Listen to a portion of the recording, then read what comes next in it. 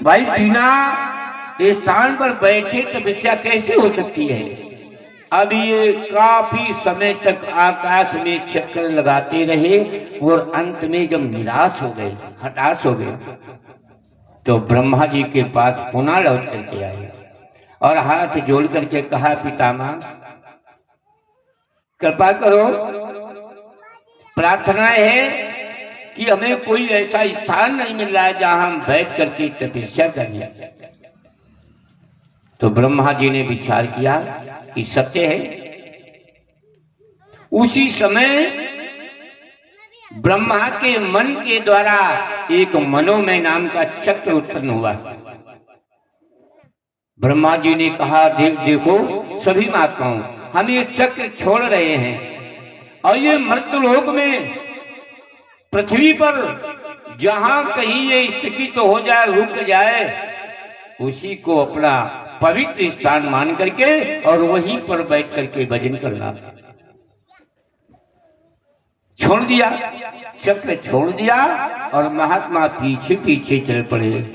और कहां आया? इसी नैमिषधन, नैमिषारण, नैमिषधन आरण, नैमिष नाम का एक जो है, नैमिष एक नाम है, आरण माने वन। इसी नैमिष नाम के वन में आ करके वो चक्र पृथ्वी में समाहित हो गया। इसी को पावन मान करके और हमारे वो शौनक आदि 88,000 महात्माओं ने तपस्या करना प्रारंभ कर दिया।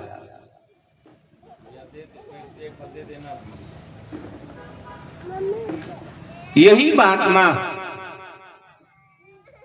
तपस्या में संलग्न है। और जो ये श्रीमद् भागवत की पावन कथाएं है,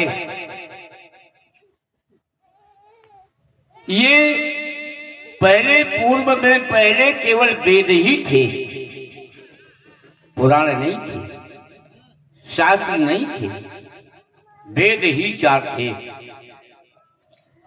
तो जिस समय सतयुग, त्रेता और द्वापर के अंत का समय आ गया, समापन का, कलयुग लगने का नंबर आ गया, तो भगवान को चिंता हुई। चिंता ये हुई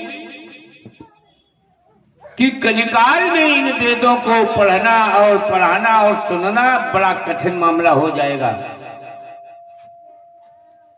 ये वेद इतने कठिन है, क्लिष्ट है कि कलयुग के विद्वानों के बस की बात नहीं रह जाएगी और ना सुनने वालों के बस की बात रह जाएगी। 2-4 घंटा बैठक तो काम कर रहे हो ज्यादा, और फिर सालों कौन इन्हें सुनेगा और कौन इन्हें कहेगा। लेकिन अगर इन वेदों के अर्थ को, इनके भाव को, इनकी मर्यादा को जो अगर कलिकाल के जीव समझ नहीं पाएंगे, जान नहीं पाएंगे, तो कैसे अपने जीवन का निर्वाह कर सकेंगे, कैसे अपने पापों से बच सकेंगे, कैसे अपने को कल्याणमय बना सकेंगे, कैसे उनका उद्धार होगा। इस विचार से भगवान ने और इस धरा धाम पर अवतार धारण किया, अवतरित तो हुए स्वयं। और किस रूप में? व्यास के रूप में। सत्यवती नंदन व्यास बनकर के यहां पर अवतरित हुए। व्यास जी ने विचार किया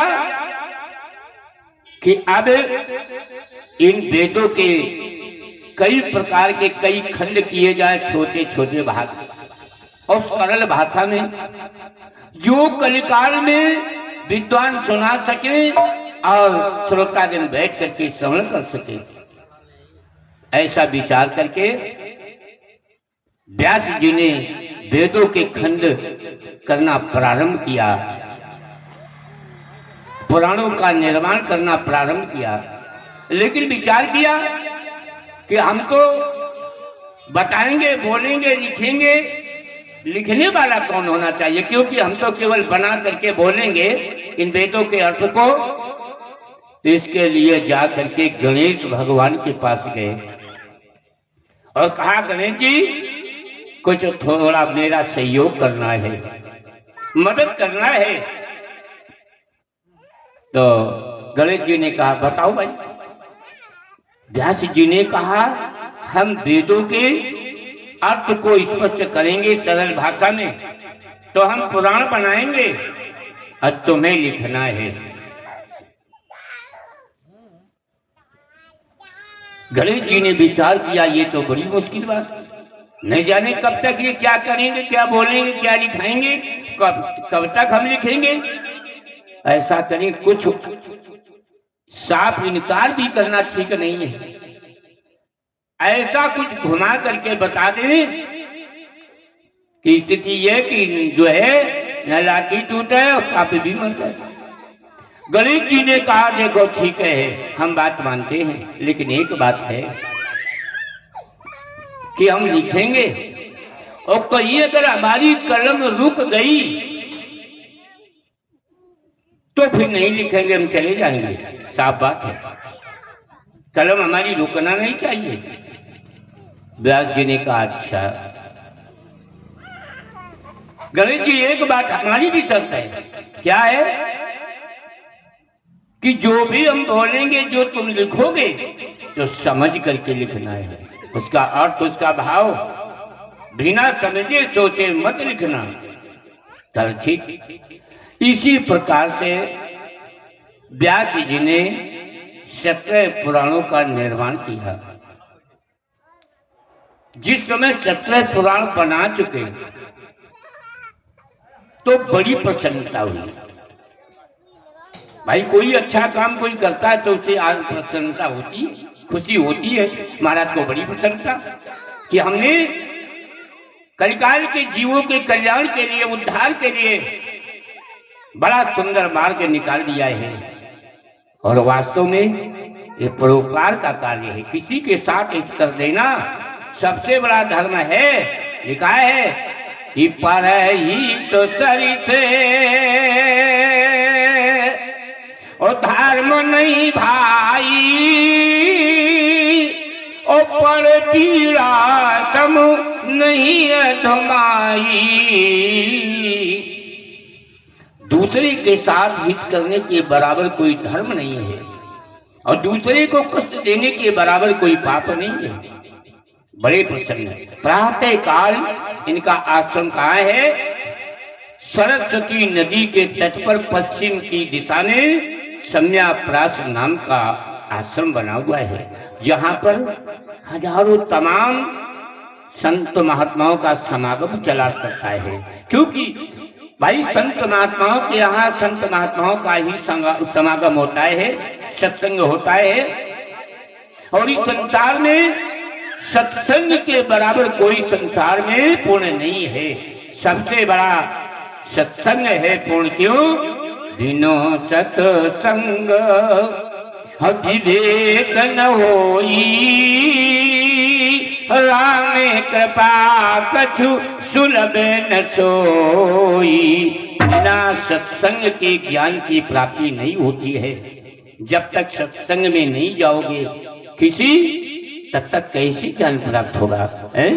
जब कुछ सुनोगे नहीं, जानोगे नहीं, वेद शास्त्रों को सुनोगे नहीं, तो उनमें लिखे हुए हर जो मार्ग हैं, जो शब्द हैं, तो कैसे तुम जान पाओगे? इस संसार में क्या धर्म है, क्या अधर्म है, क्या अन्याय है, क्या सत्य है, क्या असत्य है, क्या पाप है, क्या पुण्य है, इसकी जानकारी तुम्हें नहीं हो पाएगी जब तक सत्संग में नहीं जाओगे, वेद शास्त्रों की कथाओं को नहीं सुनोगे। आज व्यास जी अपने आश्रम में बैठे हुए हैं। प्रातः काल की बेला में अपनी सरस्वती नदी में स्नान किया और स्नान करके नित्य नैवेद्य कालू को किया, पूजन किया और आसन लगा करके भगवान के ध्यान में बैठ गए। लेकिन इनकी एक क्षण भी समाधि नहीं रुकती है, समाधि भंग हो जाती है। हृदय में भ्रांति उत्पन्न हो जाती है, नेत्र खुल जाते हैं और भगवान की चरणार बिंदु से मन विलग हो जाता है। लेकिन कई बार यही क्रिया हुई, कई बार मन को रोक करके भगवान के चरणों में मन लगा करके और भगवान के ध्यान में मग्न समाधि लगाई, लेकिन बार बार समाधि भंग हो जाती है। अब जब समाधि भंग हो गई, बार बार हो जाती है, तो व्यास जी के हृदय में बड़ा कष्ट हुआ, बड़ी दुखी हुई, बड़ी ग्लानि हुई। विचार किया कितना मैंने सुंदर कार्य किया है, संसारिक लोगों के कल्याण के लिए कितना सुगम मार्ग हमने बना करके तैयार कर दिया है। वेदों के तमाम खंड बना करके मैंने सरल उपाय बना दिया, लेकिन फिर भी आत्मा में शांति नहीं है।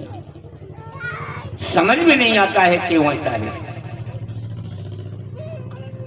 तो अब जब भाई कोई कार्य सिद्ध नहीं होता है तो आत्मा खिन्न हो जाती है। थोड़ी देर 10-5 बार किया और एक बार जो है इसके बाद बैठ करके खिन्नता से बैठ गए। क्या बताऊं, इसी प्रकार व्यास जी दुखी होकर के अपने स्थान पर बैठ गए और विचार करने लगे। कारण क्या है? ये विचार कर ही रहे थे खिन्न मन से, तब तक जो है देव ऋषि नारद का आगमन हो गया। देव ऋषि नारद बीणा बजाते हुए और आ गए, व्यास जी के सामने खड़े हो गए। तो विचार करो कि जो आदमी दुखी होता है तो उसके मुख की आकृति कुछ निराली हो जाती है। कोई भी देखता है यही कहता है भैया आज कई दुखी निराश बैठो। वही स्थिति है व्यास जी की। व्यास जी निराश बैठे हुए हैं, मुख की आकृति बिगड़ी है और तब तक देवर्षि नारद आ गए और ये इसी चिंता में बैठे हैं। कितना बड़ा हमने कार्य किया, 17 पुराणों का निर्माण किया, वेदों के अर्थ को स्पष्ट कर दिया और फिर भी मेरी आत्मा में शांति नहीं है। इस विषय में दुखी बैठे थे। तब तक देवर्षि नारद आ गए। नारद जी त्रिकालज्ञ, तीनों काल की बात जानने वाली, इनसे कहा छिपा। आए, खड़े हुए और देखा देवर्षि जो है व्यास जी के मुखार बिंदु को जान गए कि किसी विशेष चिंता में चिंतित हैं। देवर्षि नारद को राई से न हुई, तुरंत पूछ दिया। देवर्षि नारद कहने लगे, इदानीम सुनची तोसी गदबितो यथा जना तवेदम मुक्त संग से नचितम बद कारणम। महाराज, आज ये तुम्हारा हृदय, ये तुम्हारा मुखार बिंद क्यों कुमलाया हुआ है? तो ये हृदय तुम्हारा शून्य क्यों है? क्या कारण है? आज तो ये स्थिति हमें आपके मुखार बिंद से मालूम हो रही है कि जैसे किसी अन्य व्यक्ति का धन और किसी अन्य व्यक्ति के द्वारा अपहरण हो गया हो, छिट गया हो, और अपने छिटे हुए गए हुए धन की चिंता में वो प्राणी जो है दुखी होकर के बैठ जाता है खिन्नता से। वही स्थिति आपकी है। क्या हो गया? गति विद्यो यथा जना, जैसे किसी का धन गया हो, धन की चिंता में बैठा हो प्राणी दुखी, ऐसी स्थिति आपकी है।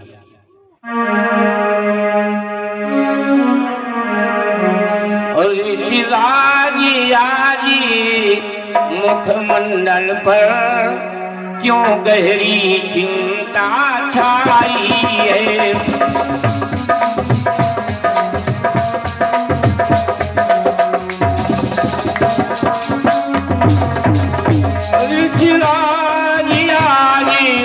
मुखमंडल क्यों गहरी चिंता छाई है। ये चिंता रही तो बताओ तो इस चिंता का क्या कारण है।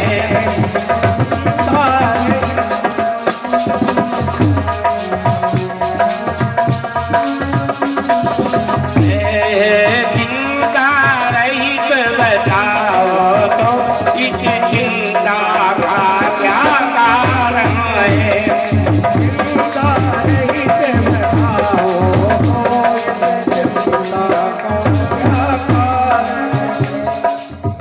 आज जिस समय देव ऋषि नारद ने कहा बताओ भैया, अरे व्यास जी चिंता का कारण क्या है, हमें तो बताओ। व्यास जी ने कहा देव ऋषि नारद क्या बताने, मैंने वेदों के अर्थ को स्पष्ट कर दिया, सरल भाषा में 17 पुराणों का निर्माण किया है। एक क्षण मैंने अपने हृदय में एक क्षण भी और हमने चैन नहीं ली है, यानी आराम नहीं किया है। बराबर 17 पुराणों का निर्माण किया है, एक क्षण के लिए मैंने चैन नहीं ली है। लेकिन फिर भी आत्मा ये कहती है अब तक तुमने कुछ किया नहीं। फिर भी आत्मा से पुकार आती है व्यास जी तुमने कुछ नहीं किया है। इस विषय में हम दुखी बैठे हैं, समझ में नहीं आता ऐसा क्यों है। देव ऋषि नारद जब बात सुनी तो कहने लगे व्यास जी शांति चाहते हो, शांति नहीं है, तुम ही क्या देव जो व्यास जी, अरे संसार का ऐसा कौन प्राणी है जो शांति न चाहता हो। सभी शांति चाहते हैं भैया, कौन ऐसा है। हमें तुम में भी यही स्थिति है कि भैया शांति, कोई कहता भैया शांति हो गई, मिल गई, अब तो शांति हुई होगी। हाँ, तो यही कहोगे भैया अभी एक कन्या का विवाह करना है, अभी खेती लेना है, अभी मकान बनवाना है, शांति अभी नहीं है।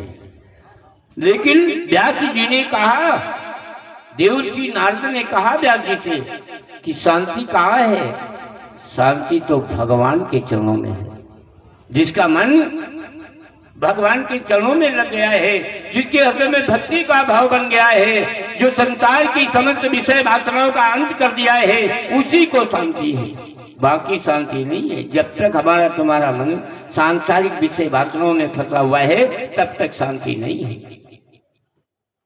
तो व्यास जी शांति भगवान के चरणों में है।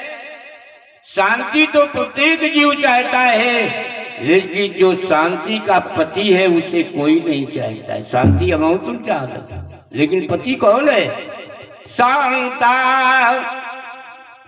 कारम भुजग शयनम पद्मनाभम सुरेशम विश्वाधारम गगन सदसम मेघवर्णम शुभांगम लक्ष्मी कांतम कमल नयनम योगी ध्यानगम्यम वंदे विष्णु भवभयहरणम सर्वलोकैकनाथम। शांताकारम, जिसकी आकृति अतिशय शांत है। भुजग शयनम, जो शेष नाग की सैया पर शयन करने वाला है, जो लक्ष्मी के पति हैं, प्राणाधार हैं, चार भुजाओं से संसार की रक्षा करने वाले, पालन करने वाले, और ऐसे भगवान के चरणों में जो नमन करता है, जो ध्यान करता है, जो अपने हृदय में धारण करता है, जो उनकी भक्ति करता है, उसी को शांति है दिखाए है कि मिलता है सच्चा सुख केवल भगवान आपके चरणों में।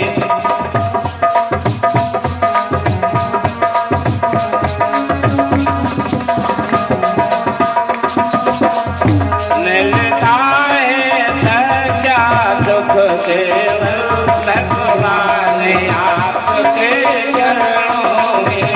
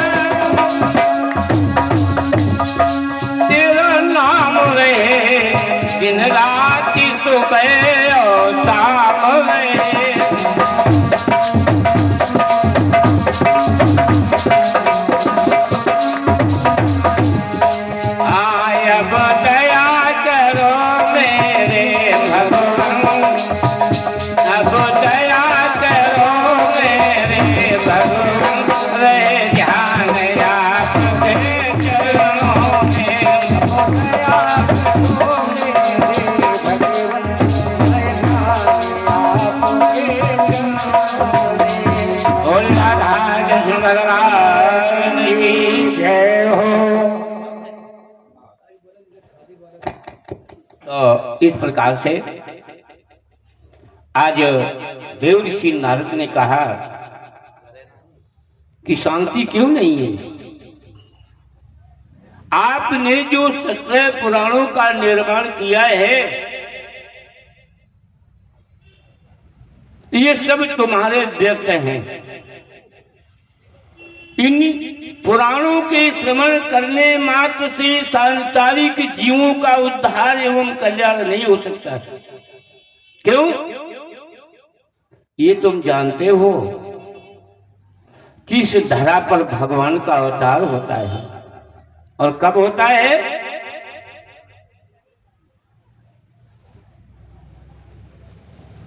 जो हमारा दे दो प्रसाद आप करो।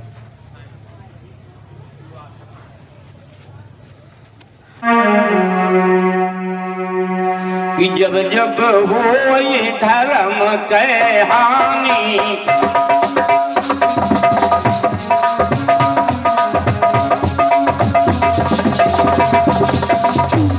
कि जब जब हो ये धर्म के हानि, बालनी अधूरे धन अभिमानी,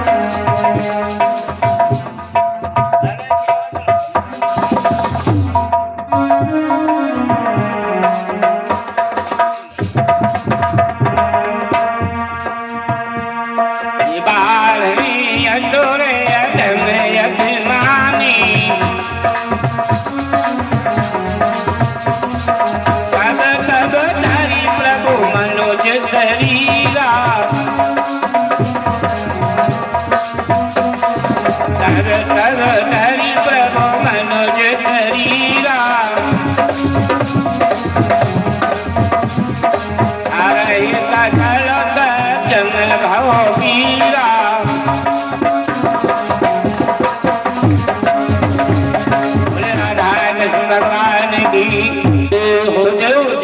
देव ऋषि नारद कह रहे व्यास जी से कि जब जब धरा पर धर्म बढ़ता है, धर्म की स्थापना के लिए और भगवान मानव शरीर धारण करके धरा धाम पर आते हैं और इस धरा पर आकर के बाल लीला से लेकर के अंत तक लीलाएं करते हैं।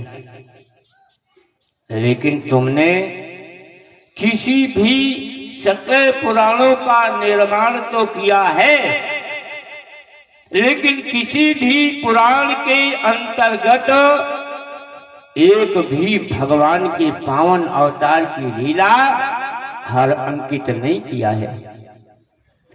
क्यों? उसी कथा के द्वारा कल्याण है जीव मात्र का। जिस कथा में भगवान का पावन चरित्र या भगवान के भक्तों का पावन चरित्र महापुरुषों के द्वारा गान किया गया, उसी कथा के द्वारा और कल्याण नीत है, निर्भर है। तो व्यास जी तुमने जितने पुराणों का निर्माण किया, 17 पुराणों का, किसी पुराण के अंतर्गत भगवान की एक भी पावन लीला का और चरित्र चित्रण नहीं किया है। कैसे कल्याण होगा?